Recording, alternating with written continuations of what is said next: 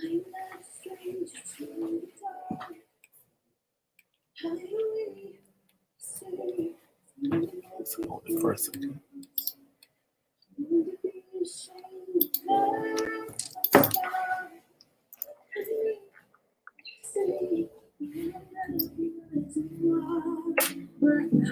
let them break it down to dust. I know that there's a place for we are glorious.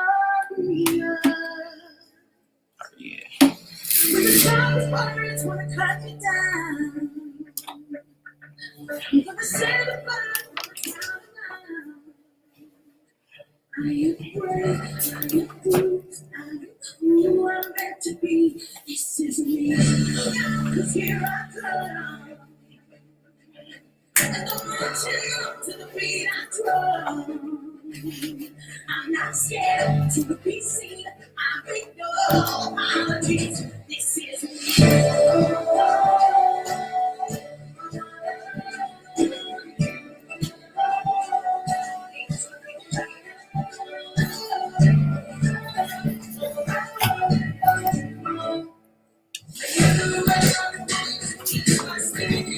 I'm gonna let that play a little bit longer because I like this song. You started laughing. I like this song. It's like that.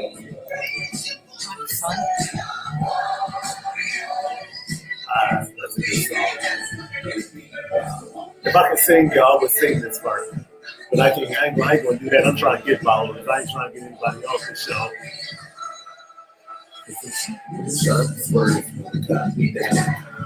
Welcome everybody. Welcome everybody. We live from the St. James Baptist Church studio. Welcome, welcome, welcome, welcome. Welcome to the My Brother show. I'm your host, Maurice Fresh. You can look me up on Instagram at Freshzilla. This is me. Hey.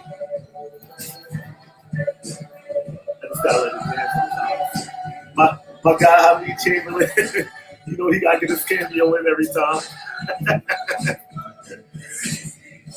This is my joint right here, y'all. I'm sorry, y'all. This gets me through a lot of mornings. I'll be ghosted to many. I listen to this song like in the shower quite regularly.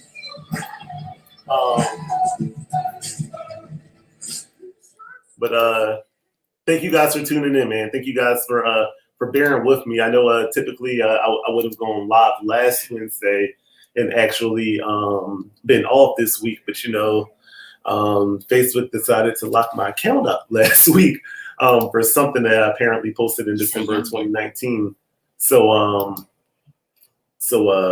Yeah, but I'm here. Thank you guys for bearing with me. Thank you guys for tuning in.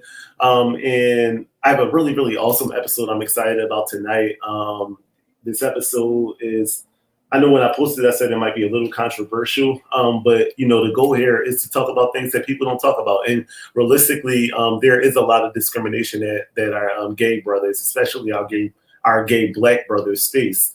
So what I wanted to do was, you know, give an opportunity for some gay Black men to come in and really talk about what it is that they struggle with. You guys excuse me, my notes are on my phone, so if you see me looking down at my phone, I promise you it's just because I'm checking notes, not because I'm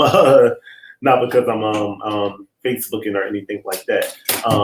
So I'm Maurice Fresh. I'm your host, fresh back from Cali. If you've been following me, y'all know I had a nice little vacation and I'm rejuvenated and refreshed and all of that fun stuff. And you know, without further ado, I'm gonna take the time. I'm gonna introduce our guests one by one. First, let me pull up this. First, I'm gonna Dr. Kennedy Jones. Huh? Dr. Kennedy Jones. So I gotta pull up his bio because you know some people send me fancy bios, and I gotta make sure I read this. So my first guest, the Comeback Kid, is an international speaker and author of the Amazon International best-selling book Comeback Season, The Untapped Art of Mastering Your Resilience. He empowers doers to embrace their personal stories of triumph and tragedy as the core of their success. He is the creator of The Comeback Kid, a proprietary system that has now produced 20 cohorts. Black Amazon International best-selling authors, writers who, like him, were told that their stories didn't matter or their biggest mistakes were too great. He has delivered numerous keynotes across the country about resilience and led over 120 aspiring authors to achieving their best-selling dreams, and has just launched his education firm for the People Ed that supports Black adult learners going to college for the first time. And that was a mouthful. And he's like super duper famous. And I'm really excited to have him on. Without further ado, I want to introduce Dr. Kenny Jones. Kenny, what's going on, bro? Hi, how are you? Oh man, I'm good, man. How you? Sorry about the mouthful. I wanted to make sure. You know how you have when people ask you for bios, and thank you so much for having me on the show, and I'm honored to be here. But every time I get requests to send bios, I'm like, I want to make sure that I say everything, but in 2 paragraphs. So. Right. No, it's good. I just, my mom is watching this, Kenny, and I just want to make sure that I make her proud by reading. Yeah. So, when you put too many big words in the bio, then my mom going to yell at me after the show. So I hope I make you proud, mommy. My next guest, man, me and him go back to Lord. I want to say maybe 2014, 2015. We worked together for many, many years. We've grown to have an amazing work relationship that grew into a real friendship. Many lunch breaks we spent together. The 4 for 4 from Wendy's, running the Chick-fil-A, Honey Grill, trying to think where else we would go get food from. And just the opportunity to talk to him. He sung at my church before. I've gone to his church for various services, and we have an amazing friendship. Even now, long after I've been going from that employer. He's a dope dude, singer, actor. I say comedian, but he's not a real comedian, but he cracks me up. I want to introduce my brother, my friend, Vince Brown. Vince, what's good, bro? You muted. I can't hear you. Yeah. Are you muted? Okay, there we go. There you go. Yeah, man. So right. that wasn't no official bio. What I said while I was on mute is you ain't asked me for no bio. I don't need no bio. But it's all right, because you know me. You don't need no bio. Listen, you talk about the 4 for 4 and all that. Well, many times before payday. Right. Just saying. No, man, the 4 for 4, man. That's still one of my favorites. When a few months ago, I think around George Floyd, and all that stuff was going on, they were trying to say that Wendy's did something. I was like, man, I can't cancel Wendy's because that's where I get my food from. But it worked out. Oh, so man. I'm a big fan of the Wendy's. Oh yeah, we've had those conversations before, being sellouts to non-supporters. Right. I know you told me that. I'm just saying they have the you had to cover your face before you walked in the Chick-fil-A. I'll be pulling in Chick-fil-A with dark shades on, do they see me? Do they see me? Where's my cap? I'll pull it down. I don't want to get canceled, but those doggone milkshakes. Right. Curse you, Chick-fil-A. And last but certainly not least, this guy, he's hella talented, man. Hella talented. And Vince introduced him to me a couple of weeks ago. This guy's a singer, he's a writer, he's a producer, Billboard charted, photographer. Man, dude, just hella talented, man. Some of us get talents like Brighton, like Kenny. Some of us get acting like Vince. Some people have no talent like myself. And then you got people that could just do it all, like this guy. So I want to bring on my brother, Aaron Thomas. Aaron. What's going on with you, bro? I can't hear him. Is he muted? The whole says your mic. Oh, there we go. Okay. You good. What's up, y'all? What's going on, bro? I'm really good. Y'all can hear me? Y'all look puzzled over there. Yeah, I hear you coming through clear. Are people seeing this live? Is that what's happening? Yes, sir. Okay. Yes, sir. We're live right now. How many people we got viewing? Right now we got 9. Right now it's 9 people viewing. They'll be coming in. I just posted it, so they'll be coming in. Yeah. But no, I'm excited that y'all brothers could join me. I'm really, really excited. that y'all can come on. I'm really excited about this topic. I think that it's something that really needs to be talked about. I do think that there's a lot of discrimination that gay men face, especially from the African American counterparts, right? And I just don't think that it's fair. I think that you guys have real emotional plights. I think you have real struggles, and I think that regardless of your sexual orientation, that you are still Black men, and we gotta stick together, plain and simple. So that's why I wanted to do this. And I hope that my goal by the end of this is that somebody watching will have a completely different opinion about the LGBTQ. I don't know if I got them in order, but about the community. All right. So without being ado, let's dive right into it. So first and foremost, now that I just murdered the spelling of it, what is the appropriate term? Like, is it gay, homosexual? I don't know. Like, what's the right word to use? Like, you said I think you said most of the LGBTQ plus. Okay, so that's So what you guys if you just stop at the Q and plus, some people, yes, some people just say they stop at the Q and plus, so that include everyone. Gotcha. So LGBTQ. LGBT. Y'all correct me if I'm wrong. Get it right. I'm just trying to make sure. Like, is it offensive if you guys are called like gay or something like that? Do you take that as offensive? I wouldn't say it's offensive.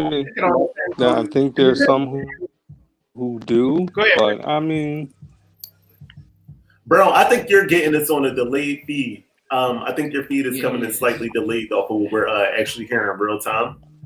But I know, Kenny, you can hear me real time. But you go ahead and take that question. Like, yeah, I think that it depends on who you're referring to, right? I think that when it comes to when you're referring to people and how they want to be referenced, I think that it really behooves people to just ask, right? So if they know that someone is a part of the LGBTQ plus community, it's okay to just say, well, how would you like to be referred to? Or how would you like to be identified, as opposed to really going in and assuming. And I think that's the criticism that I have, particularly in our community, especially amongst our brothers. The assumption is that, if someone identifies in the community, then everybody is just going to be accepting of being called gay, right? Some people would rather not be labeled at all. Some people find it sort of debilitating to be in one box. So it just all depends on how you're referring to the person. Well, so that's good. So I apologize if I offended one of y'all by putting gay on the flyer. I promise you, like, I am definitely gay, like 100. But I think that there's certainly people, thinking about our brothers and sisters that are in the community, sort of how they would prefer to be referred to. Yeah, and I know for a fact that like the F word, I'm not going to say it, but I know the F word is like completely off limits. Like I do know that one. Like I know not to say that one, but like I was not sure. Like was it like I feel like I was watching a movie one time, and it was like from like back in the 90s. Yeah, but we're gonna talk about it.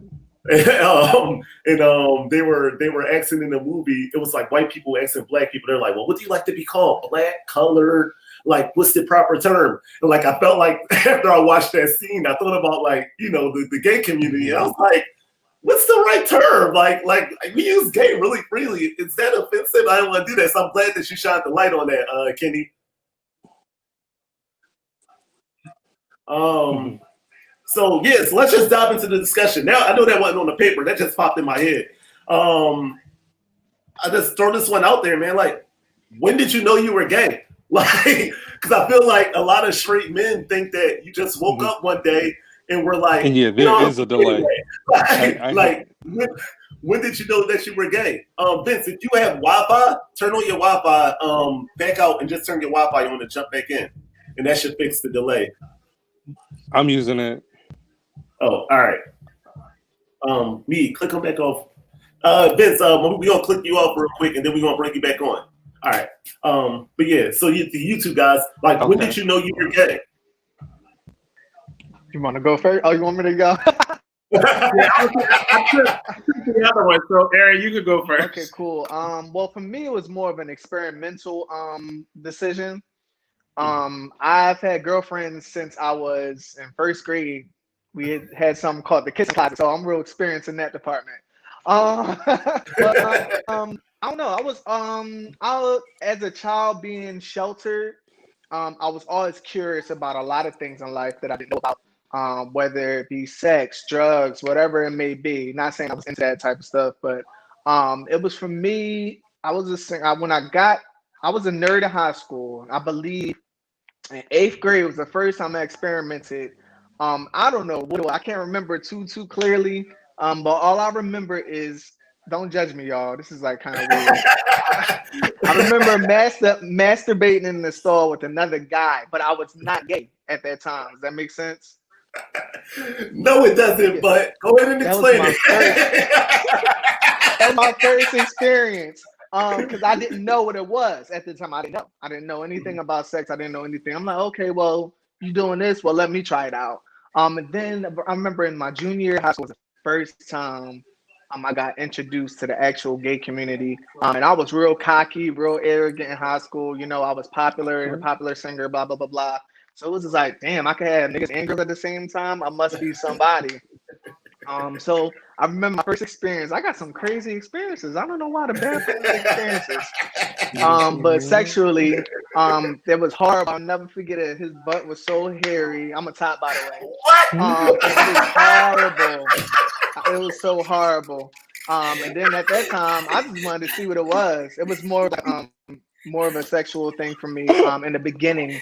And then I found myself liking guys completely after this girl broke my heart when I was like 19 years old. So yeah, my experience was quite interesting. It was definitely a choice for me. It wasn't something I was born into. I can't like really relate to that. But yeah, that's how it was for me. Yo, Aaron, man, you just set the record for the most transparent guest I've ever had on.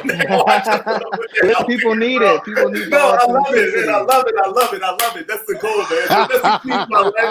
So excuse my laughing. I'm just cracking up, man. I enjoy having a light conversation and fun, and I'm really glad that you're getting Aaron.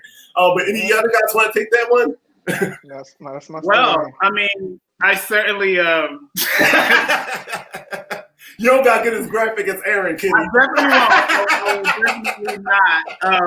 But to your question, and I think Aaron brings up a good point, and thank you, brother, for bringing that very real experience up. And I think because our community we don't always get the platform to have the opportunity to talk about these very realistic, candid experiences, particularly with our straight brothers and sisters. So I appreciate our brother Aaron for being able to be that candid and you being able to provide that platform, because it is uncomfortable a lot of times in our community to have those discussions about what it is like for us, right? And a lot of times one of my very, very good friends, straight friends actually, Ray is watching this, who is a straight, very, very close straight friend of mine. And we talk very candidly about what the maybe questions that people may have about being gay. And so, you know, Aaron comes from one school of thought of where people felt that they have chosen it and they have been put in situations where they've had to choose sort of, this is the life that I'm going to live. For me, I don't ever remember being attracted to girls, ever in my life. I don't remember ever saying like, I want to have a girlfriend in sheer desire. Now, I've wanted to have girlfriends so I could be accepted by the community, so I could be accepted by society, so I could be accepted and not be picked on for being gay. But in terms of me wanting it and a natural desire, never. And I just turned 40 in July. So I think when I realized that I was gay was when I had to fight people for calling me gay. Right? So I think there was a lot of times growing up in the hood where I had to slap the crap out of somebody for disrespecting me and thinking that because I'm soft or because I'm more feminine, that, you know, that is something that I should be shunned for in my community. And so I think that, you know, as I can remember as early as 5th grade having a crush on boys and saying, you know, wanting to explore and wanting to have, talk on the phone with them. I'm dating myself a little bit. People don't talk on the phone no more, but wanting to talk on the phone with them and stuff like that. So I don't necessarily think that there is a time where I chose it. I have always known that I was gay. Yeah, that's candid. And Vince, I'm going to give you the floor in a second, but part of the reason that I got this idea to do this show is just from conversations I had with Vince when he kind of opened up to me about himself being gay. And I remember that when he told me something had happened to him and he was like stressed out, like legit stressed out. And he was just like, Reese, like I don't like to tell people this, but I'm gay and I really need somebody to talk to right now. And I was like, damn, man, like you suffering right now because you're afraid that I wouldn't accept you because of your sexual orientation. And I also have a cousin who's lesbian, and she had like a similar story. Like I remember she like took me out to even my intern, he just wanted to let me know that he has 2 cousins who's gay. I got a little he's 13 years old, my intern. I'm gonna pull him on with me. So he like to get attention sometimes. But I'm gonna pull him on with me. But he said he has 2 cousins that's gay. But I remember I was talking to it's all right. my cousin about it. She was like really nervous. Like she took me out to eat and everything. And she was like, I'm gay. And I was like, okay. And she was like, they don't make you feel no kind of way. And I'm like, no, like I still love you. So I feel like that the fact that you as a gay man felt the need to have to be straight for social acceptance is a problem. Now, Vince, you could go ahead and take that question that I asked about when did you know, if I didn't answer it for you already.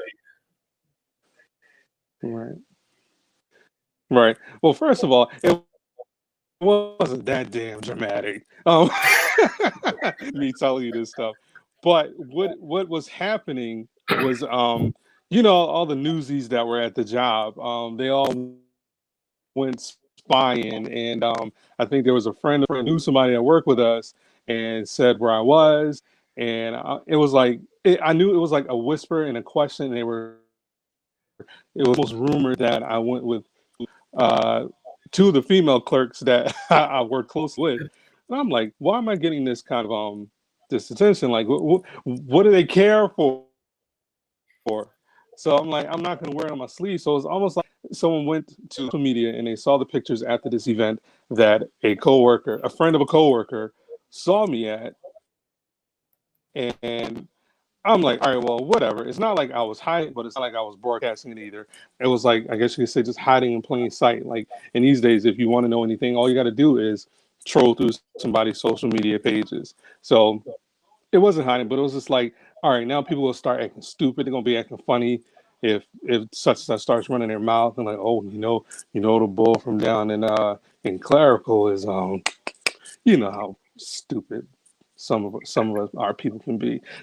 I didn't want that kind of talk again. I didn't want the mess. I didn't want workplace mess. So that was it. Really had me stressed out. I'm like, oh boy, go again. So I felt like I could talk to you because, number one, you seem like the most sensible person in the office and you have spiritual grounding. And it's like, if anyone that you can talk to around here to get some, I don't know, to get an understanding of it would have been you.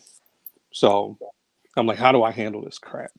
And you're like, well, be you. And you was like, first of all, I knew. I was like, well, how dare you? You said you knew.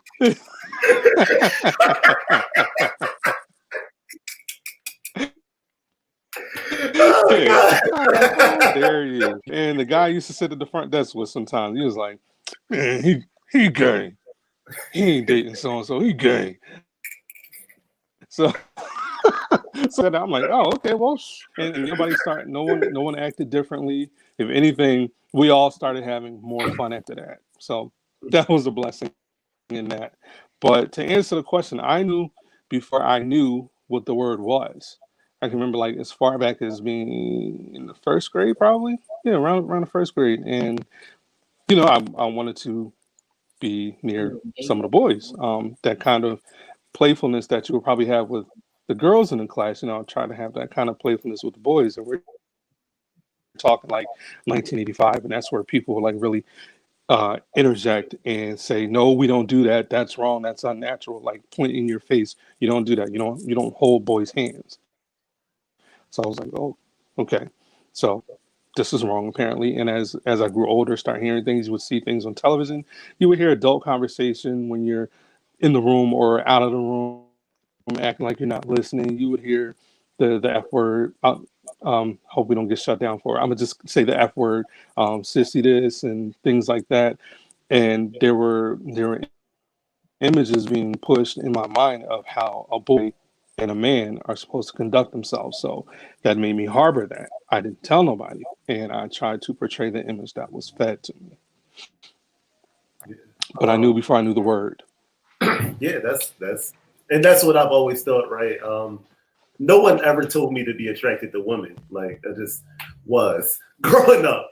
So whenever I thought about like gay men, it's like I didn't wake up one day and say, you know what, I like women, like just naturally, like as long as I can remember, I've been into women, like period. So I've always thought like there's no decision making there, but I just wanted to give you guys a chance to clarify it, because I think that's part of the reason that straight black men treat the gay community the way that they do, because they feel like you wake up one day and just say like, you know what, I like men today.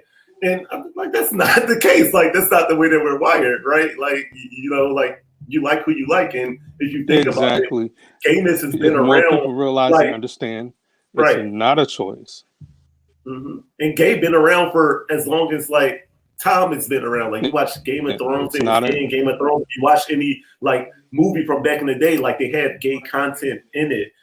But like, it's not something new. Like, some people are just into men. And that's cool with me. Like, I don't really care who my straight friends are sleeping with. So I definitely don't care, who a gay person is sleeping with. Like, that's my outlook on it.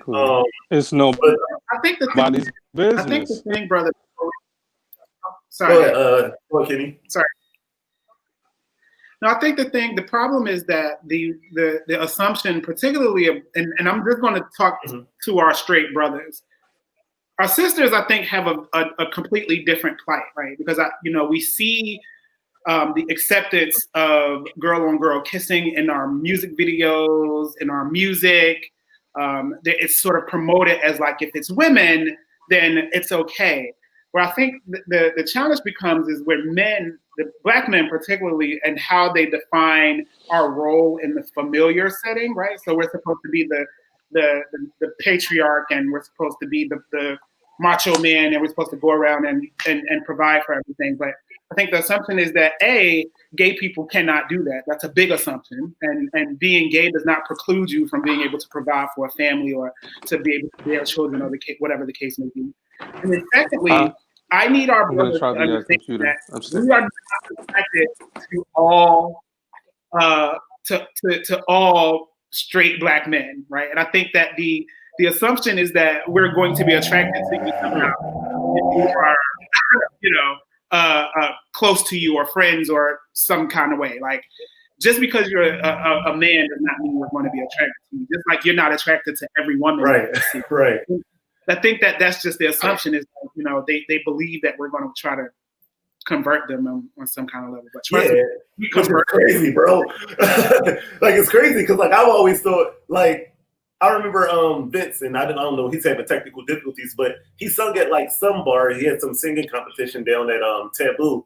And I just remember like when I was there at the gay bar, I'm like, well, I guess I'll just curve these men in here the same way I would curve a woman that I'm not attracted to. Like, sorry, not interested, sorry, not interested. And, keep it moving. And that's cool. And to be frank, if a gay person was to say, hey, you look nice, thank you, it's a compliment. You know what I'm saying? Like, thank you, I appreciate it.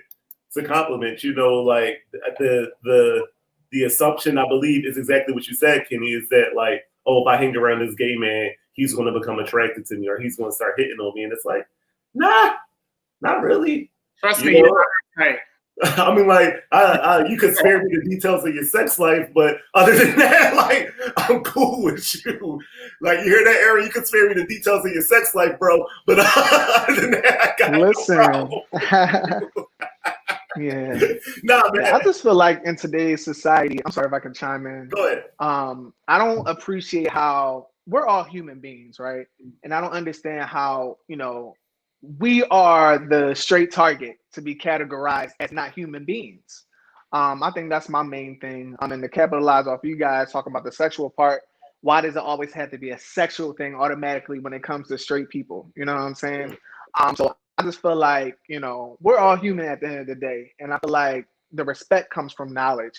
And it's a lot of ignorance out here. So I think that's what plays a part. When you don't know something, majority of people are not going to agree with, what the not normal is.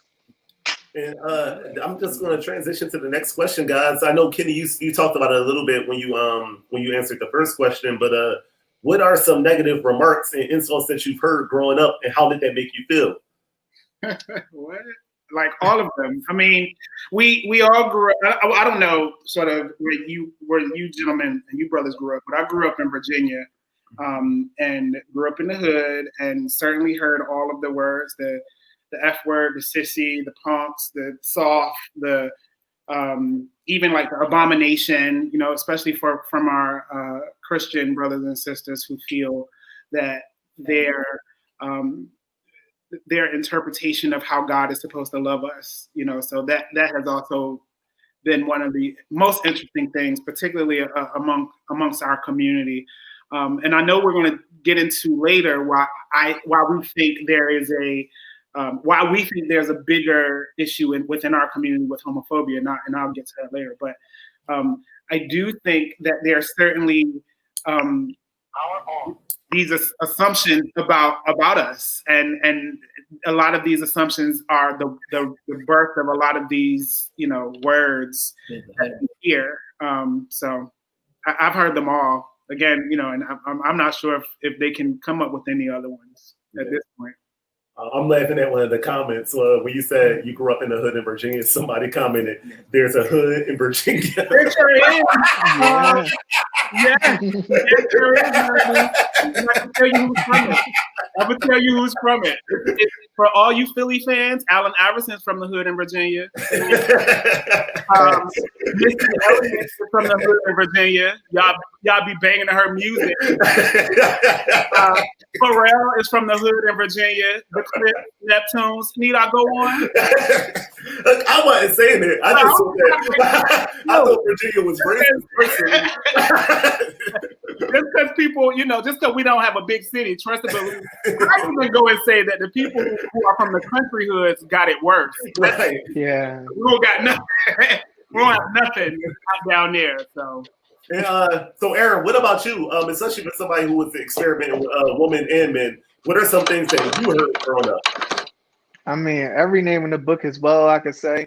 I think it stopped affecting me once I came and, once I became one with myself, once I became confident with who I was and what I do it for and all that type of stuff. I think it's all about the motive, coming to the comfortability with being yourself. Once I figured out nobody could be me, those words is no longer affecting me because it's like, okay, you a faggot, okay, you this, you a bitch, you this, okay, what's up? You want to do something about it or what? You know what I'm saying? I think that's the only time I would have to react in a violent way. But I kind of sort of had it smooth, I guess, because like I said, I also come from the gospel industry too.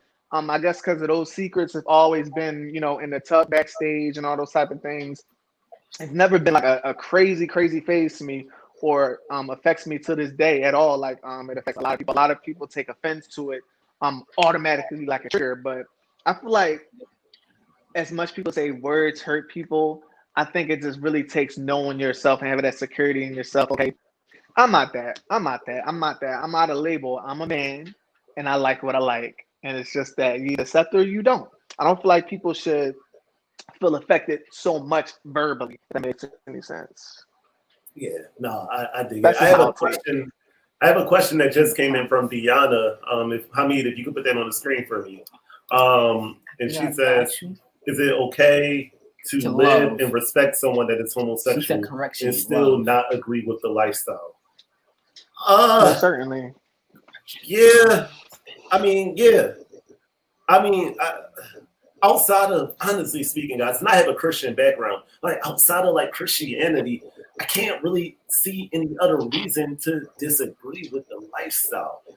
I agree. Like, honestly speaking, I know many people have Christian backgrounds. If you have a Christian background, then, obviously, the Bible, Well, again, if you can you hear me now? I tried to. no, it ain't that I can't hear you, Vince. You It's coming a in like 5 seconds late, bro.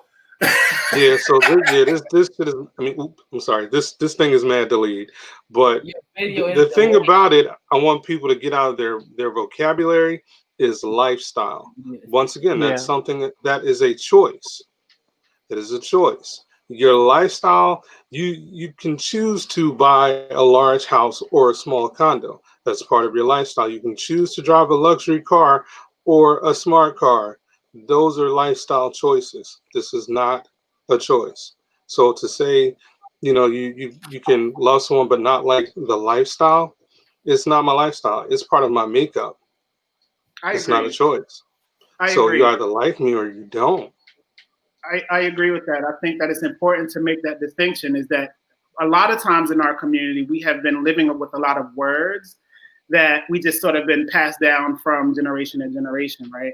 So it's this idea of being gay is a lifestyle. Why? Because particularly in the 90s and around the AIDS and HIV epidemic and the amount of people in our community that were being infected, there were a lot of these sort of like assumptions of, oh, look at their lifestyle, like they're dressed up and they go out to the clubs at this time and this is who they hang with. So there's this is their lifestyle. Not realizing that that's only a percentage of representation of people who are gay or who men that are gay, right? That's sort of only one subset of the entire community. So this idea that we are in a lifestyle, and not to say that people should, that we're fussing or being angry. It's just, a simple, just recalibrating the thought. This is not a lifestyle, right? So the lifestyle that I live is way different than the lifestyle that Brother Aaron lives, and way different. I think the lifestyle we all live is different than Aaron. Oh God! I'll leave my Aaron alone. Wow. I don't know. I had so many different. I feel like I'm gonna disagree with you guys on that one. So when it's determined lifestyle, right? I mean, Vince, you say it's not a choice. Do you mean like a choice as in it's not a choice for somebody to respect the person or not that's gay, or?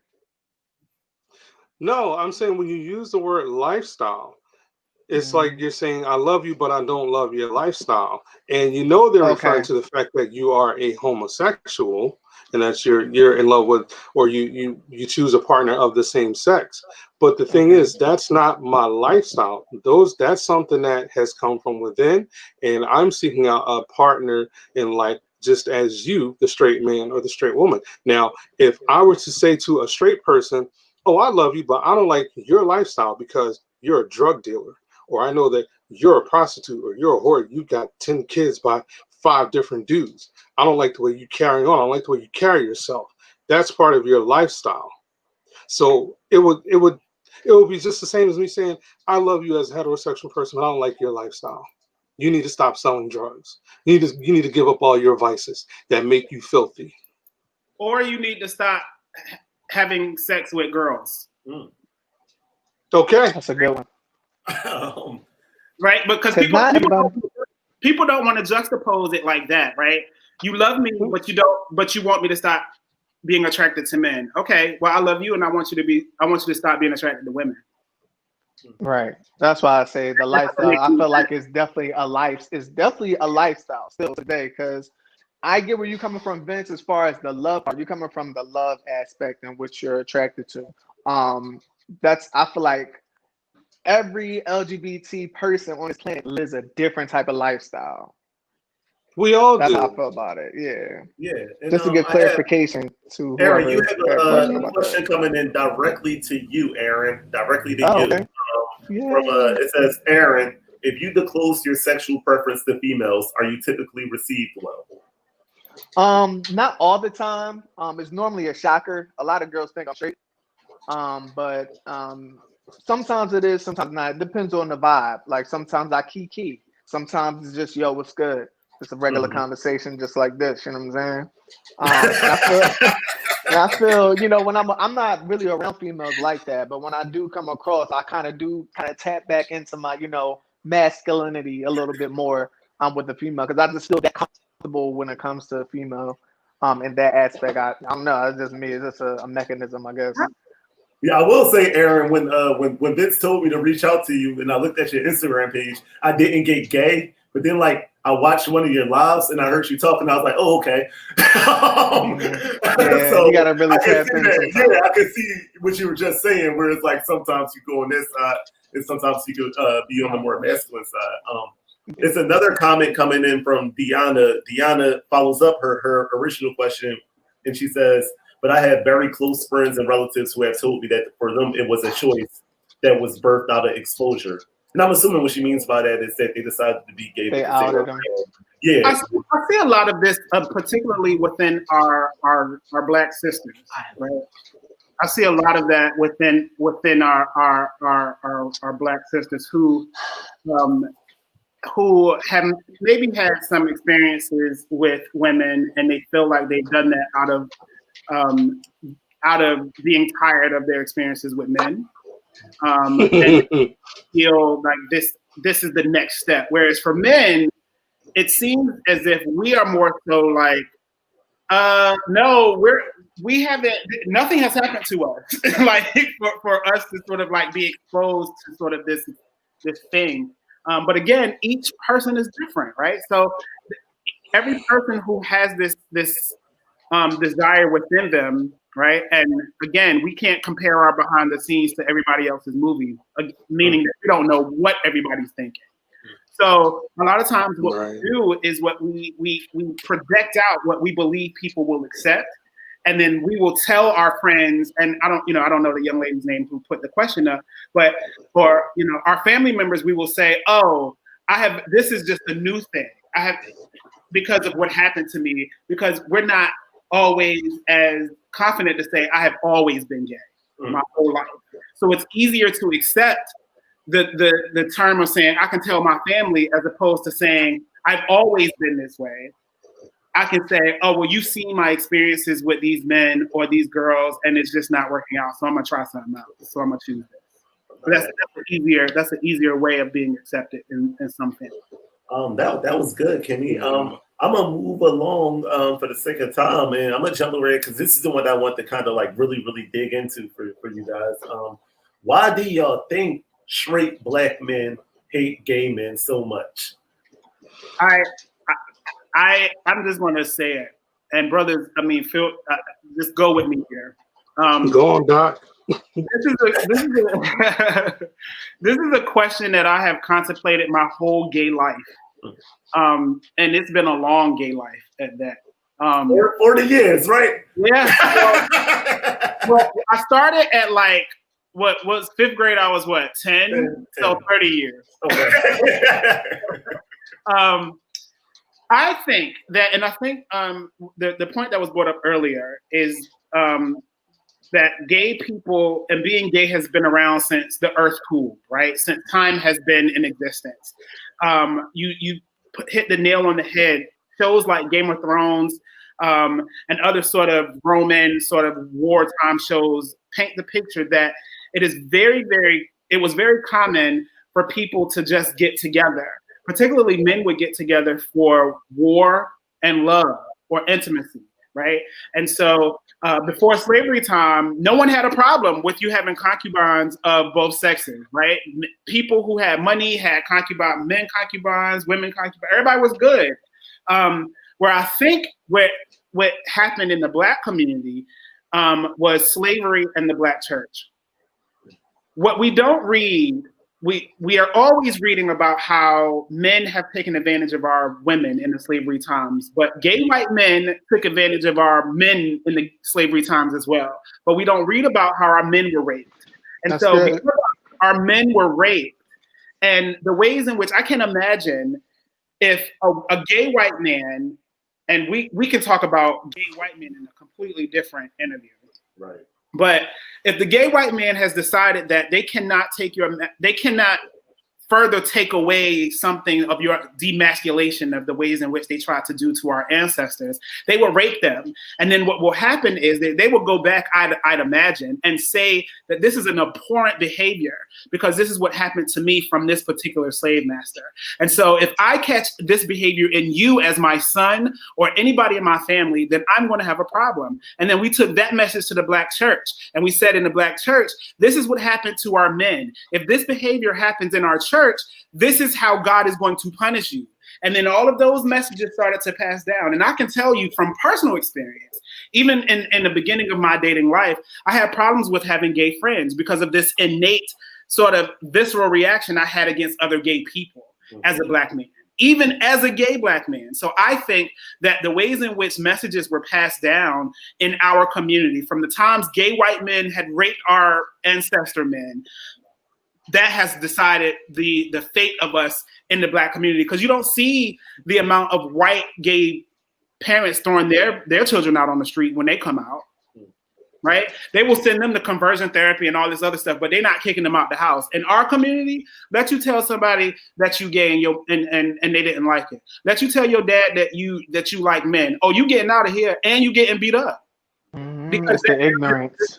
Yeah, is the ignorance is this innate visceral reaction toward gay men, but not toward gay women, which I think is or not towards the robber, or not towards the dealer, not towards, you know what I'm saying? I've been through that a lot in my growing up. It's like, well, damn, my brother does drugs, he does all these things, and it's like, oh, it's okay, but when it come to me, I can't have company, I can't go out, I can't, it's different stuff, it's crazy. Piggybacking off of what you're saying, Kenny, I think it's natural for a man to not like something that he does not know. Same thing with women. They're a little more emotional than us. But for the same factor, it's what people don't know. That's all I say. Yeah, no, Kenny, I think that you really were on to something when you were talking about it. And Aaron, you too, when you said that we don't. I think oftentimes as humans, not even just as Black men, if it's not your struggle, it doesn't exist, or you belittle it, right? Because it's not something that you deal with personally. So that's why white people are able to look like rich white people look at like poor communities, and they're just like, hey, get better, because like they're not in it. So it's easy to say, hey, just do this because it's not your experience. But I think that when you're in it, you understand like what it is. And I saw this post one time, Kenny, no lie, like to your point about kicking people out. There's a post I saw a few years ago, and it was like, would you rather your daughter be a whore or your son be gay? And it was an enormous, like a landslide was on the daughter being a whore. And I was like, yo, like that's crazy to me. Like there's so much, like that's ridiculous. That's terrible. Like terrible. That is terrible. Like, and then, you know, well, before you go, Vince, and then you see what Dwayne Wade is getting right now for being an amazing freaking father to his son. They're dragging him for being an amazing father. Like, what is he supposed to do? Like, throw his son out? You know what I'm saying? Like, like I don't get it. Like, there's like an amazing, just that stigma bothers me. So, Vince, go ahead and take the floor, man. I want to start rambling. No, my approach to that, I'm not going down the timeline of history, and I'm not even coming from a biblical standpoint. I would simply say Black men have a problem with it because they have a problem with themselves. They hate themselves, and they have no examples. They have no examples to lead by. They were not raised by men with compassion. Lots of times, I'm not saying all, but lots of times, these are the examples that have come before them. So hate breeds hate, ignorance breeds ignorance. These men have no one to show them anything different. They have no one to show them how to love themselves. So it's like, how dare I be a loud, proud, happy homosexual living in my truth, not giving a damn about your snarls and stares and everything. It's like don't put this in my face. I don't like it. I don't understand it. But it's because you hate yourself. You don't have that kind of I don't know what was, for lack of better words, maybe that kind of mental serenity and acceptance of self. You hate yourselves. That's why you hate us. I mean, yeah. I have no problem with gay people, so I can't really confirm nor deny that report. I mean, the ones who do, the ones who do yeah. dislike, and for no apparent reason, just because you know that I'm lying next to a man. It's like, get that out of your head. See me as the individual first. See me as just another man on this planet, providing for his family, making a way. I go to my job just like you, put my pants on one leg at a time, just like you. I know for me, I just like, I don't care. Like I said at the beginning, I don't care who my straight friends have sleeping with. Like, so I absolutely don't really care like where what my gay friends, are sleeping with. Like, I remember I was talking to my brother one day. We were talking about a different topic. We were talking about like racism, and I was like, how do you feel about white people? He was like, I was like, do you not like white people? And he was like, no, I don't like terrible people.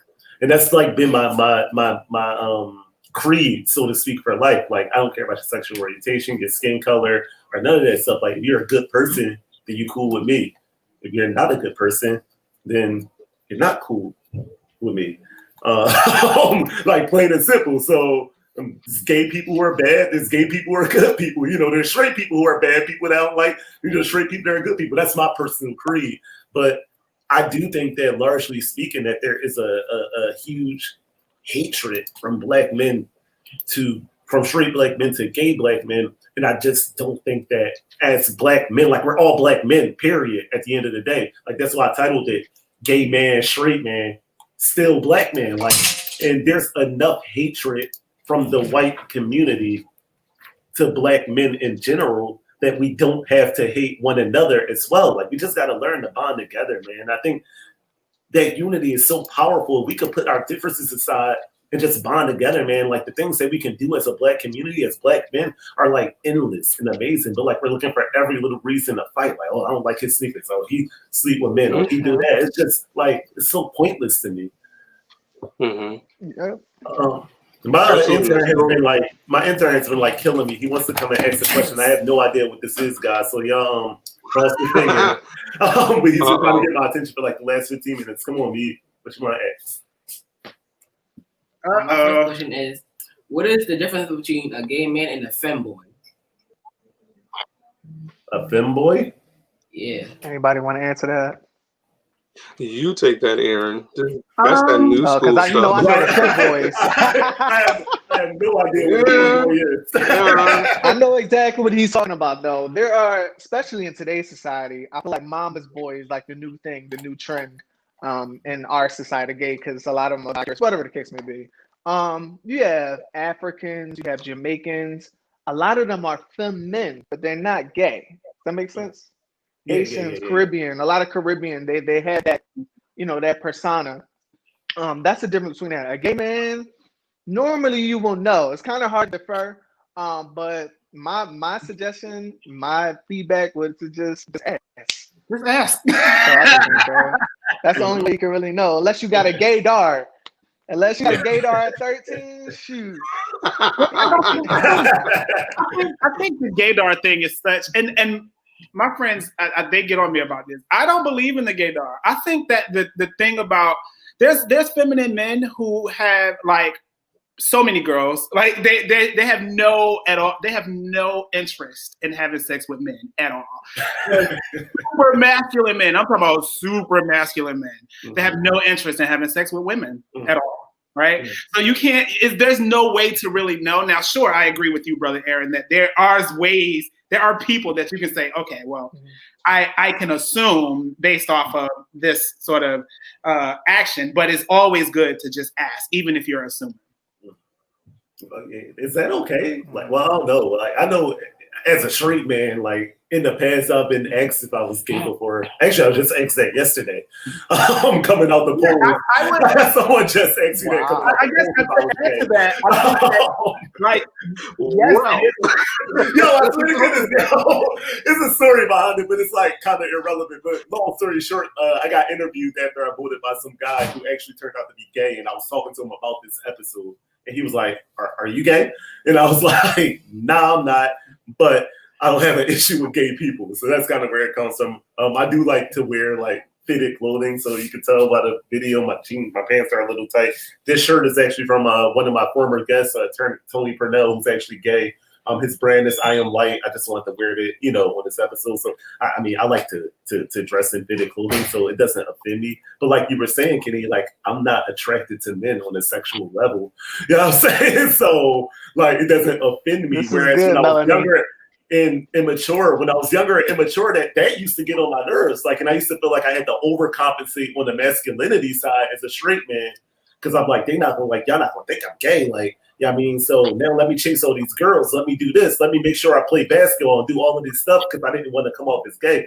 I don't care. Like, I like women. Like, so if you think I'm gay, cool. Like, if you don't think I'm gay, cool. Like, I mean, like, I know who I like. That's my personal thing. But I do think that comes with maturity. And I think that a lot of people haven't gotten to that point as straight men. Like a lot of us haven't gotten to the point where it's like, I don't give a darn what someone else thinks about me because I know what I'm doing on my own. And they get super offended, about certain things. And it's not even just gay. If you think about it, call somebody broke sometimes, then they got to overcompensate. I ain't broke, man. Like, look, I just bought these. You know what I'm saying? Look how much money I got to make. You know what I'm saying? So it's not just with sexual orientation. We overcompensate a lot. When we feel like people are wrongfully accusing us, we get defensive. Like even think about it in a relationship. If you feel like your significant other is accusing you of the wrong thing, you get offensive. So I think that some of it stems from that, but I do think that like there's an overwhelming hatred as well. Like in addition to that, real quick, guys, and I know that there's this belief, the transition. There's this belief that there's this gay agenda, right? Where like somebody in DC is working to like make gay people, right? And that's why we're seeing more gay people on TV and things like that. What do you guys feel about that as gay men? Like, do you believe that that's a thing? Yeah, there's a big old machine that it's just steaming and it's rolling us out like damn cookies. Yeah, there's a gay agenda. What the hell? I mean, really, I think and I hear this a lot of times, and again, since we're talking about it, I hear this a lot of times amongst our community, right?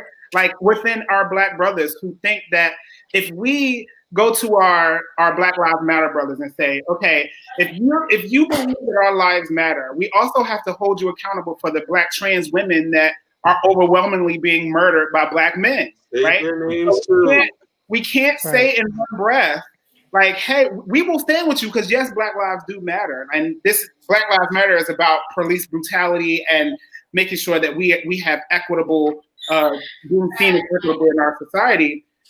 However, at the same time, when our Black trans sisters try to stand up for you, and you say that their fight, like this isn't about the fight because y'all trying to create this gay agenda, and it's like, what do you think that they're gonna give us that they're not giving y'all? Like what is this? What do you think that we are trying to get that we haven't gotten yet, right? And I want to be very clear. I want to be very clear that like there is definitely a difference between white gay experiences and Black gay experiences.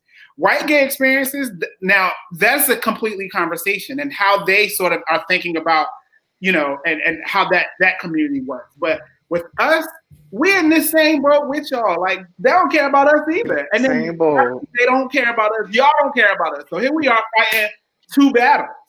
Oh man, you appreciate it. And Kenny, so that just sprung something for me. So like, where do you go, right? Because as a Black man, Black men don't accept you. White people don't accept you. The church don't accept you. Where the hell do you go to get support as a gay Black man?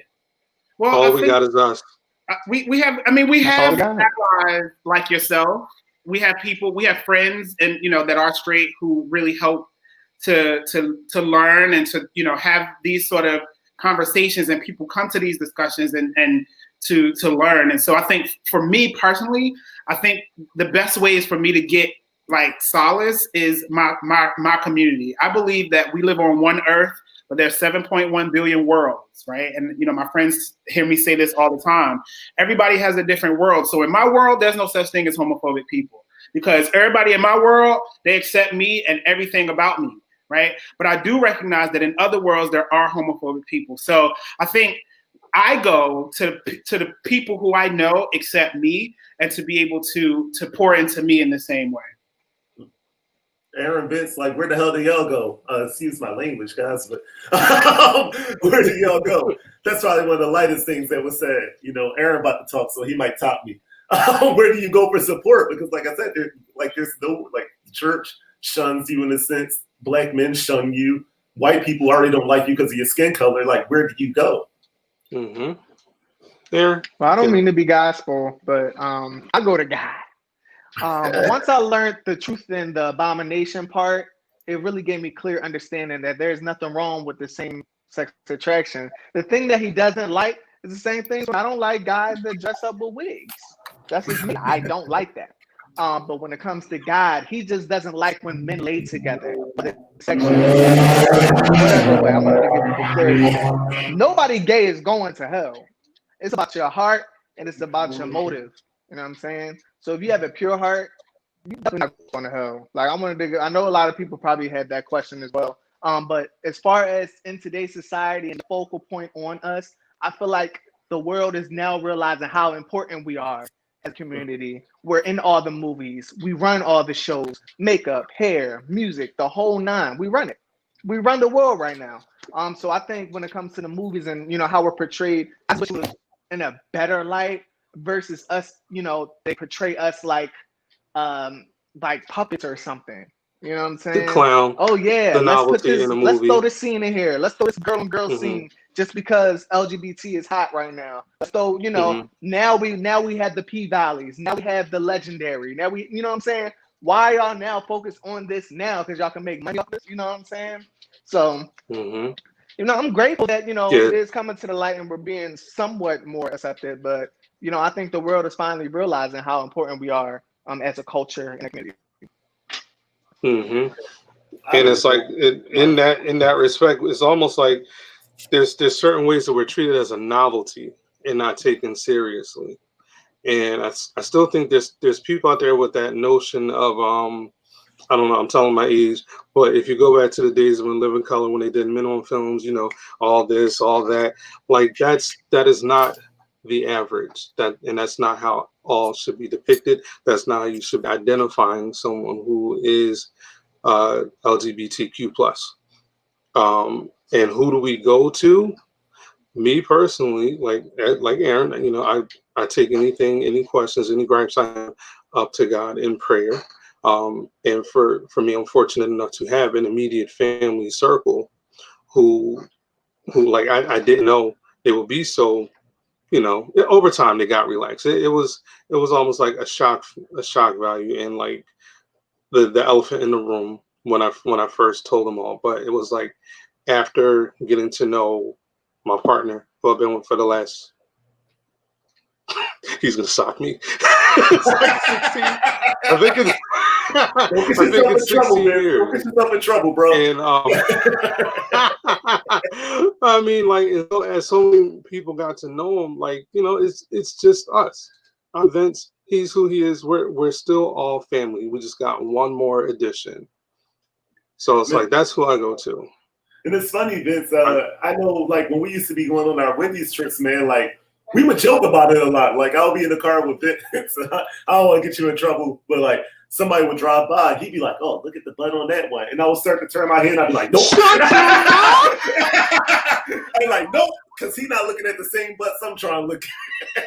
So let me make sure I don't do that. But like we would joke about it. But it was like, I think I got 4 eyes. I'll be here with it. Like once you get comfortable enough, though, like and that's something I would say to my straight black brothers. Like once you get comfortable enough, man, like with yourself, and you understand that just like any other black man, like these are just cool dudes. Like they want to do the same thing that you want to do. They just want to do it to like the same sex and not the opposite sex. Like whatever you can literally like talk about, like you literally can talk about them about the same things that you would talk to like your straight friends about. So and like I guess like I keep using this word normal, but like you just have the same conversations with them that like I would talk to one of my straight friends about. Like Vince, I talked to you about girls that I was into and things like that before. Like, and it was a regular conversation, like shoot. I talked to you about like, what the girls look like. You think she got a big butt? You think she cute?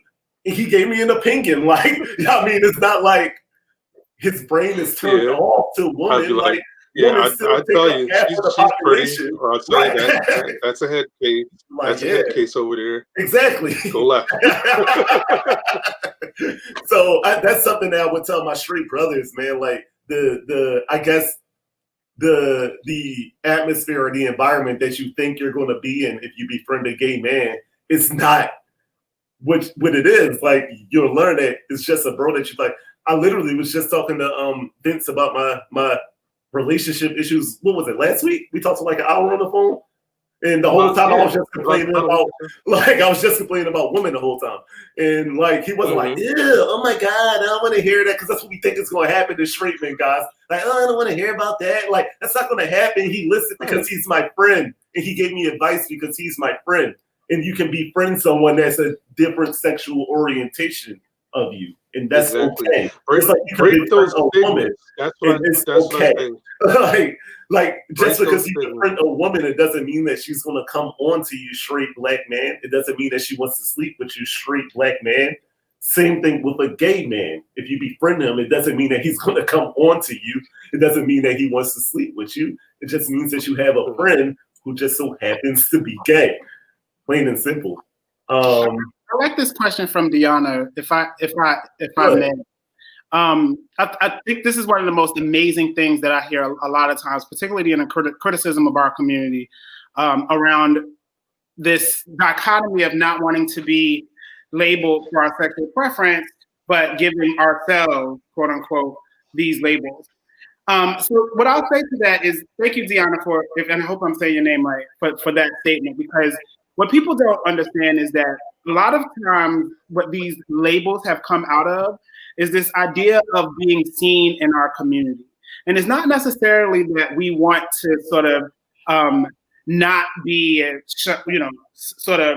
we don't want to be seen as ostracized or anything. It's not that. Because the sexual preference is one thing. The other part of it is we don't know who's gay and straight. Like, when we go, in terms of a bar, if it's not a gay bar, how do we know this person is somebody who we could date? Unless we can say, hey, like, I identify as gay. How do you identify? Do you identify as heterosexual? Okay, then I know not to cross that boundary. So the labels really help us in a lot of ways, because if I walked up to Vince and I didn't know he was gay and I thought like he was attractive, then how do I know if I don't have any sort of indicator to ask? So I think that the labels isn't necessarily about being, like, treat us special. No, it's like, you need to understand that this is how we identify in our community. And just like you're black, we're gay. That simple. Yeah, I definitely think it's the enlightenment part for sure. Definitely not so much label, but it's the same thing if you see somebody, okay, you walk around with Gucci, Balenciaga, or let's just keep it on a people perspective. I could go to a bar, let's use the bar thing. I could see the person, they could say they're black, and they could think in their head that they're white. It's all, the label thing, it's just, you never know. That's what I'm saying. You just never know. You never know. So that is the exact way that we, And to piggyback off of that question, Melanie actually asked, how do you guys feel about men who are on the down low? And I'm assuming they mean like gay men. My God, I'm going to mute my mic on that one.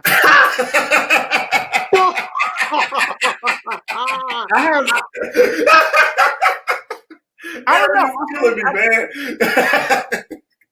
Vince, I think that this particular idea, I think this is a generational difference.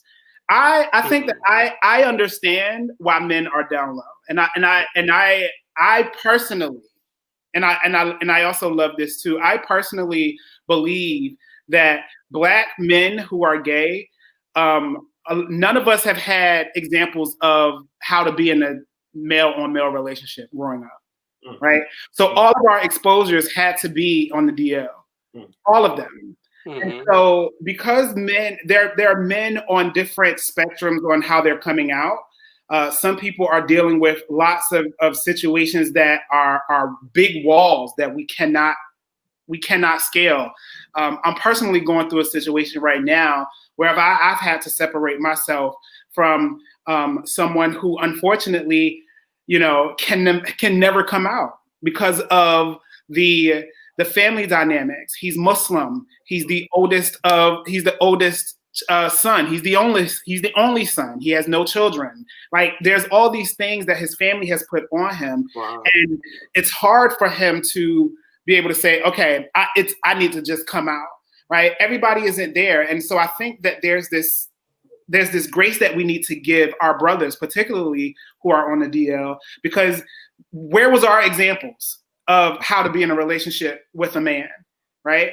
The examples that we had is, you better not be in a relationship with no man, or we're gonna fight until you like girls, right? So I think that there has to be a little bit of grace, and our sisters, unfortunately, they bear the brunt of that, right? Because they bear the brunt of this idea that society makes our Black men have to be this one way.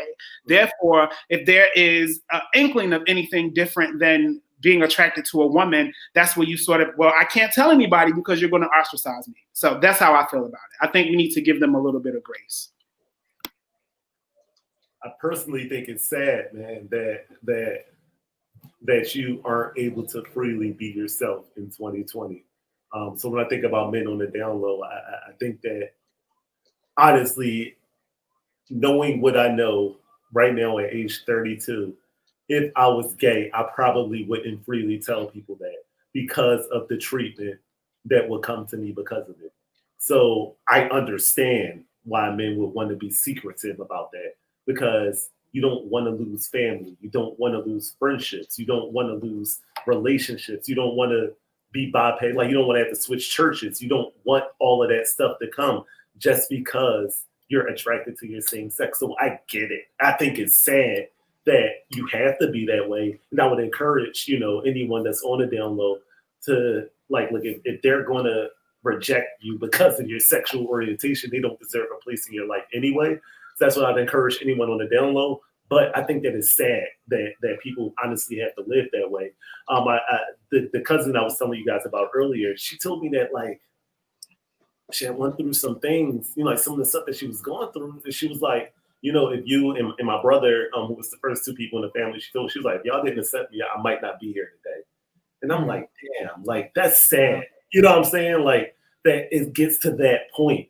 And straight Black men who are watching this, who are listening, it gets to that point because of our rejection, because of our hatred, because of our shunning of the gay Black community. They are out here killing themselves. They are out here on drugs. They are out here messed up mentally because we think that they're going to try to push up on us or try to cop a feel or try to grab you. But, like, come on, man.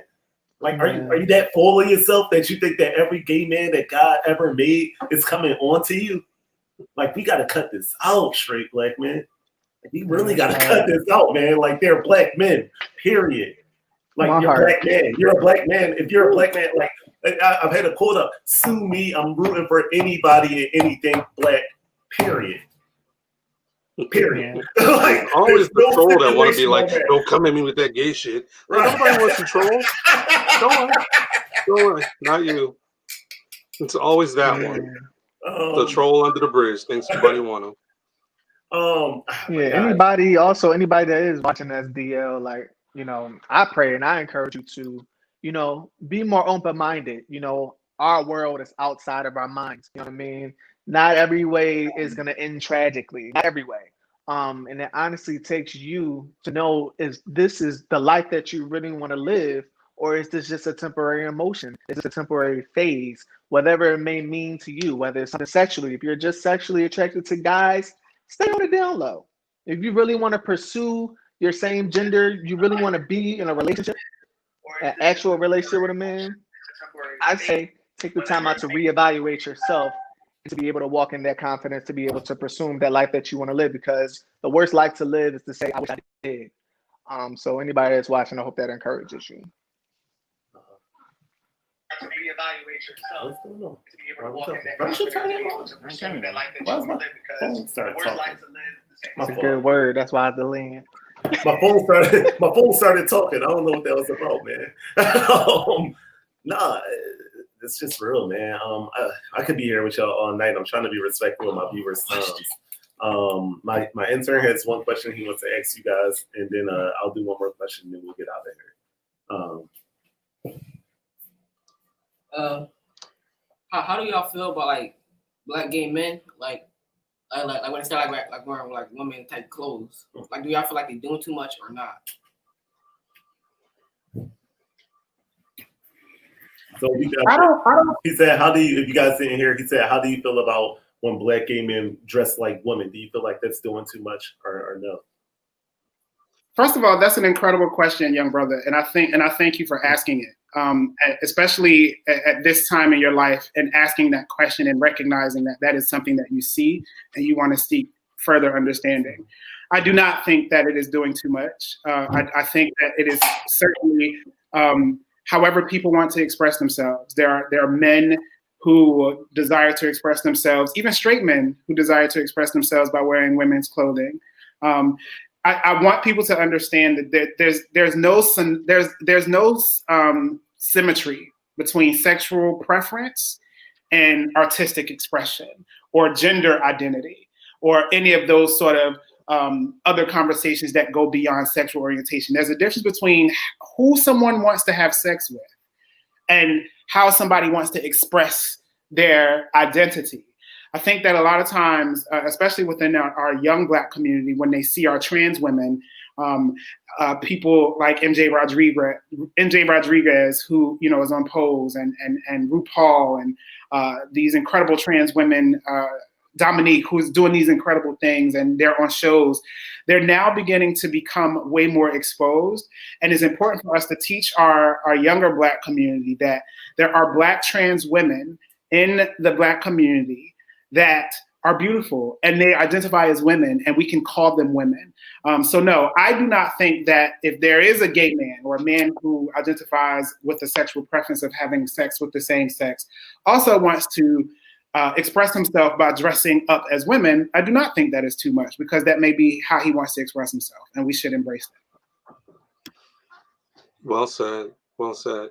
And and I have been conditioned growing up to what the image of a man should be. So like it was a bit shocking to me before. I still didn't say that they're doing too much, but it was just like, okay, this is what we're going into. I'm actually proud of this generation that's allowed and bold and daring enough to express themselves in such a way.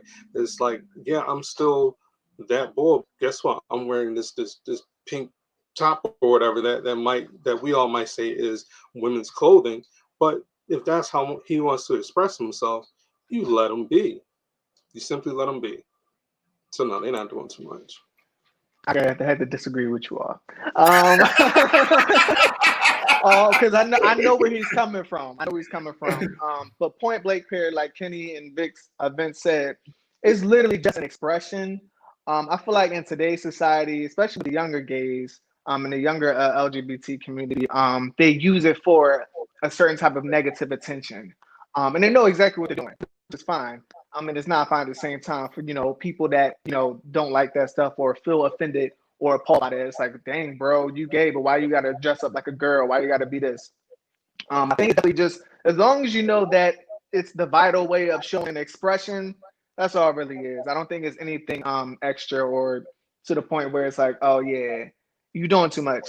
Some people do too much. But what's the true definition of doing too much if you don't know the caliber of the expression throughout the LGBT community?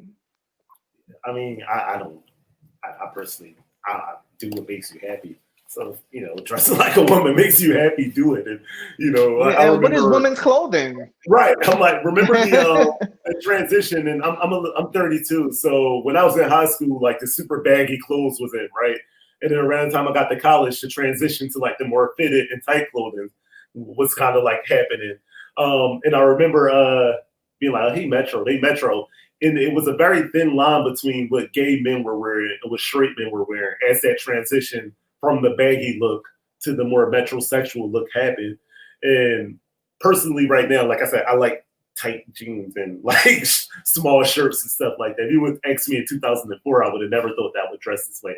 I was joking with somebody one day. I said, if I ever went back and talked to myself from 2003, I might think that I grew up to be gay just based off the way that I dress because of how close-minded I was back then.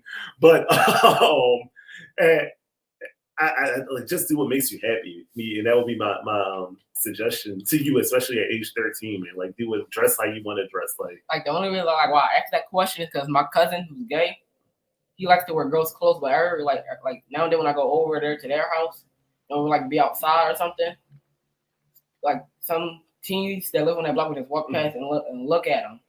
Right. Like, And I can that's hear where their breath or just, like that's their face expression.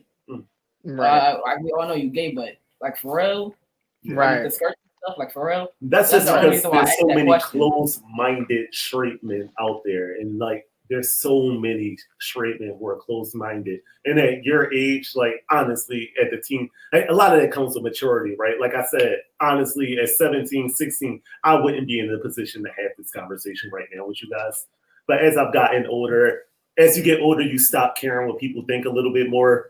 You become But exposed to it's more hard. things. It's hard for Oh, you. absolutely. My Oh, but suggestion yeah. is to try not to separate yourself, but try to be mindful of your atmosphere and your surroundings with stuff like that. Because a lot of stuff can go, different ways. Right. Even if you do stand up for your friend, it's just not always going to go a good way. So when you Right. know, all right, okay, now this is doing too much. I'm not going outside.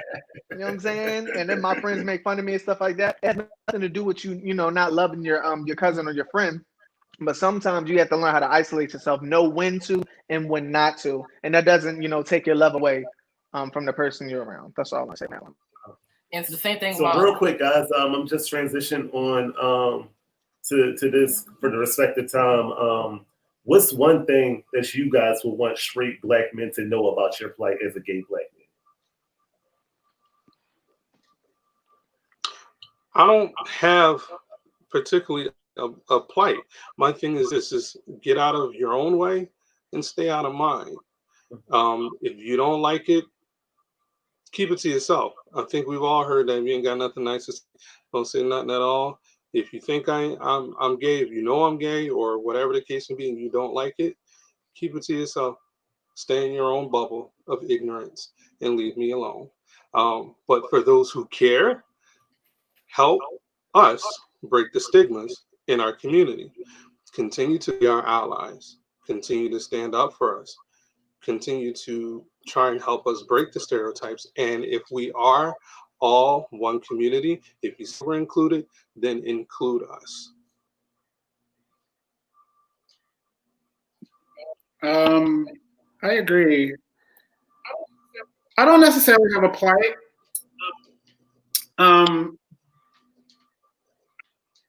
I think that we, as a country right now, are fighting a lot of battles, which I think need to be fought. I think one of those battles is the scrutiny of how we treat our gay brothers and sisters in this community as well.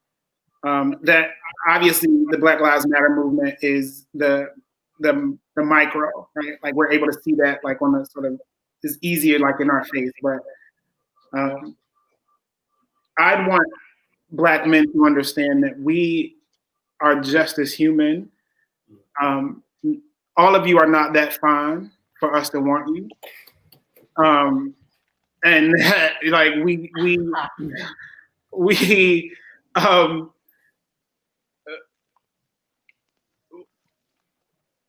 I mean, a lot of what a lot of people are standing on was actually started by gay people, which is interesting to me. The Black Lives Matter movement, queer people, right? James Baldwin, who I love, as you can see, he's everywhere in my house. The words in which we hold on even in this fight for racial equity. We are going back to the words of James Baldwin, who was a gay man. We think about people like Zora Neale Hurston and the ways in which we want to teach our children Black literature and Black art. Half of that came from gay people. So understand that we have been here and we have contributed to our community in ways in which, just like our straight brothers and sisters. And so ask us the questions, get to know us, and understand that we are not the enemy, right? And it's okay if you feel that one of us is, unfortunately, and I'm not going to say that there are not people in our community that do not know boundaries. There are people who try to be like, oh, I'm gonna try to get him because that's trade, and I get any trade I want. Like I get that, but that's not the majority of our community. And so understand that we are here as humans, just like you are. And yeah, before I let you talk, Aaron, like the same thing goes with girls, though, right? Like there's some guys who think that they could get any girl, regardless. You know what I'm saying? Like so that should be understandable. Go ahead, Aaron. I don't even know what to say. I just like to Before he piggyback say off that, can I Kenny. say they're lesbian for a reason? Don't want y'all. Okay. All right. Now I'm muted. I just want to get people to focus on the humanity part. At the end of the day, the reality is I'm still a man. We are still men. And once we realize that there's no difference between us, and then we realize that we are different in different ways, I think that's what's going to break the boundaries. It's not about what you like. It's not about who you smash. It's not about who you kill. It's not about who you rob. It's not about whatever it is. As long as you find the fundamental and the understanding and the comprehension that we are men, my guy. You know what I'm saying? I don't care. It don't matter. It does not matter. As long as you're not all in, are you in the bed with me when I'm sleeping with so-and-so? Are you on a date with me when I'm, you know what I'm saying? So I feel like it's the calibration and the mental capacity of the individual. We are not the same exact human, you know what I'm saying? But we all are being, you know what I'm saying? We're all here. We're all living our own destiny and purpose in life. And once we realize that, that's what's going to break the mold and the boundaries and just all lives matter. Forget the Black Lives Matter bullshit. All lives matter. You know what I'm saying? That's just how I feel about that. All lives matter because everybody, even though we all go through different things and we all live different ways, we all could come together some type of way of at least one thing we could all relate to. You know what I mean? You go to the barbershop just like I go to the barbershop sometimes. You know what I'm saying? We have to, I think straight people or just people in general and people who need to be enlightened, you know, like you said, can get to know us. That's the easiest way to say it. Oh man, guys, this has been an amazing discussion, guys.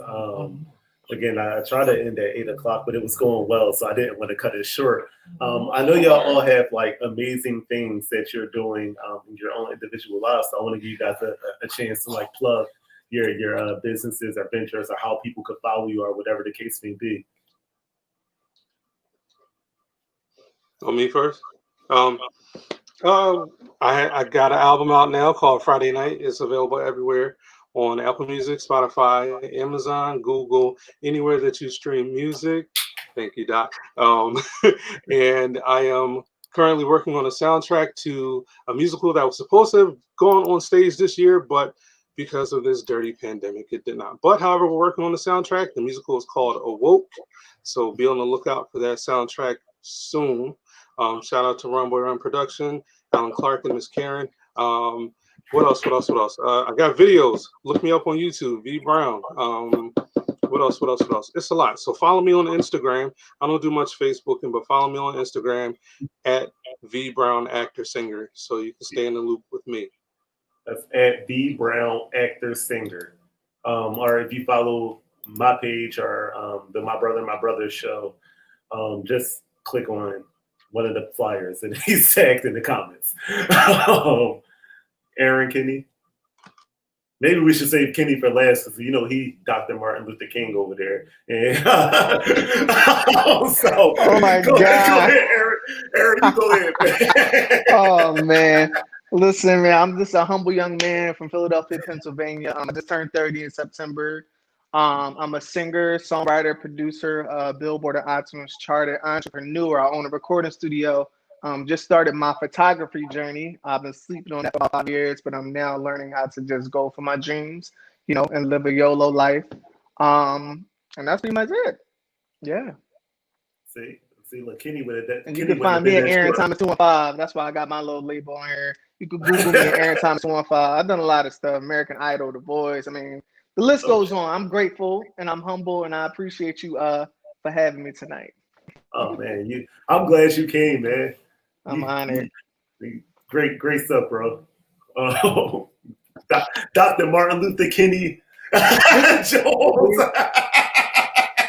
know what's funny? I was like, I'm sitting up here with Billboard recording artists, people with albums on iTunes, radio shows, studios. And meanwhile, I'm just in my house like.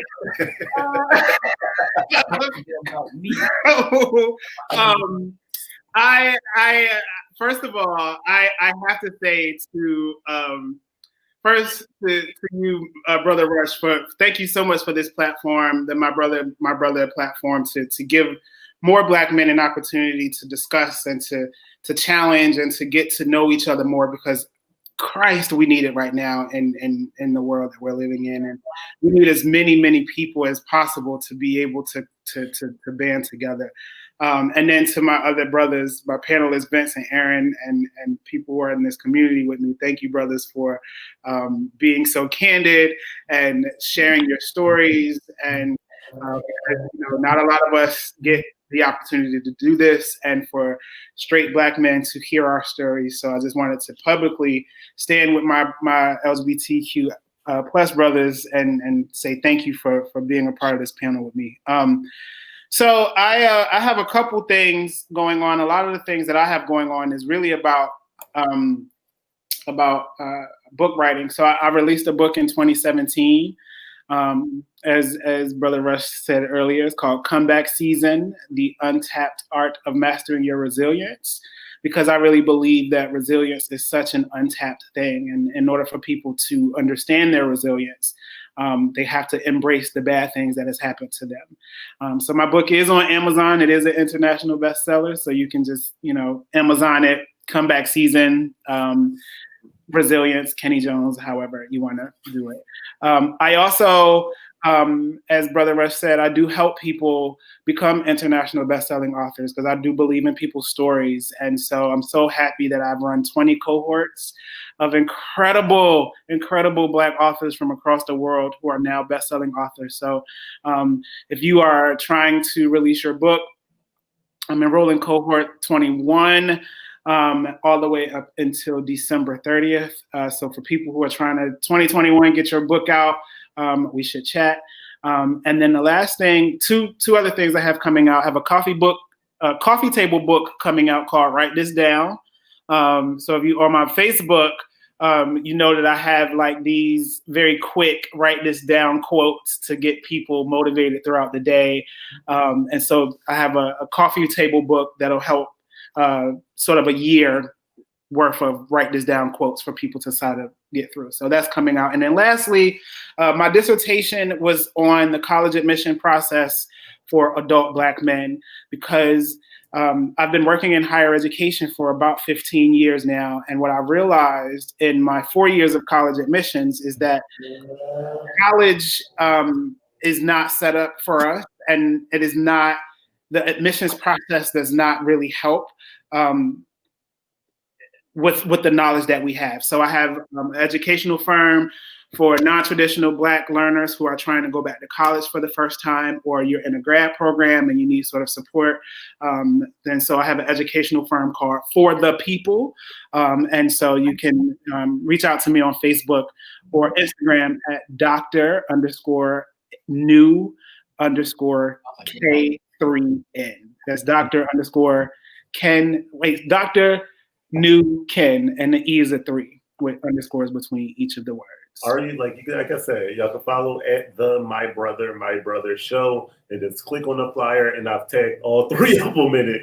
If you struggle to remember Instagram names and things like that, I'm sorry. Typically, I will put it up on the screen, guys, if you're my normal viewers. But I started a new job this way out in Bryn Mawr, and I got off at 5 and I had to get here by 7, and driving back to Philly and getting up to the studio. It was quite the challenge. So I got here at like 6:45, so I didn't have a time to like pre-type all of that stuff up. So I apologize to you guys as my panelists, because typically I will post your Instagram names and things like that.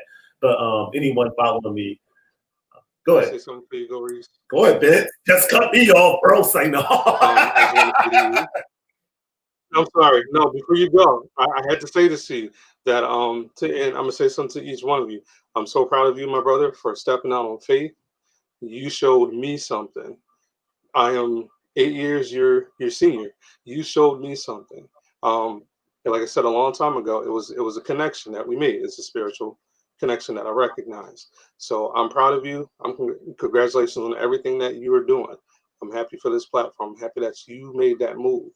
Without a safety net, you had you had unshakable faith, and you knew these things would come together. I'm so proud of you. Dr. Kenny, I'm proud of you too, sir. We go a long way back, some years gapped in between, but nonetheless, bumped into you at the supermarket about 2 years ago, and we reconnected. I'm proud of you, brother, and I'm proud of your young brother, Aaron Thomas. He probably felt like I was stalking at first, but it was like we were we had that whole connection too musically, and we are going to be working on a project together, and I can't wait to dig in. I'm proud of all you're doing. He's sitting in his studio right now that he made. He did that, all that behind him with a little bit of help. Let's get into it. Let's get All into it. his here. We're here. Proud of you. Proud of you too, sir. Cool. That's cool. Yes, Oh, Black God. man. We Yes, have you. yes, Each and every one of you. yes. That's all. I wanted to give props to my brothers here. No, So proud of y'all. guys, thank you guys for joining me, man. I'd like to sign off. Were you able to cue it up, me? Were you able to cue the video up? Yeah. Okay. So I'd like to sign off with this is my favorite thing. This encourages me throughout the week. My intern's gonna cue this video up real quick. Before I turn on the thing, I just want to say thank y'all for answering my questions, even though as young as I am. Oh, man. Yeah, Most he's certainly. 13, man, and he just he's so bright eyed, man. And if I could just play a role in kind of guiding him, and taking them on with me, there'll always be a job for you here, regardless of how big that I get, and I'll always make sure that I leave some room for you to do something, with this, because I believe in you, man. I believe in your future. So with that being said, I'm gonna sign off in my favorite way to do it. And I just think that we all need to hear this, especially what we've been talking about tonight. Go ahead, me, play it. I love you, Black. I love you, Black. I love you, Black. I love you, Black. I love you, Black. I love you, Black. I love you, Black. I love you, Black. Black man, I love you. I love you. I appreciate you. From this Black queen to all my Black kings out there. Oh my gosh, I love hearing that. Thank you guys for watching. Thank you guys for coming out. I appreciate y'all. And yeah. That messes me up. You go ahead and take us offline, man. We signing out.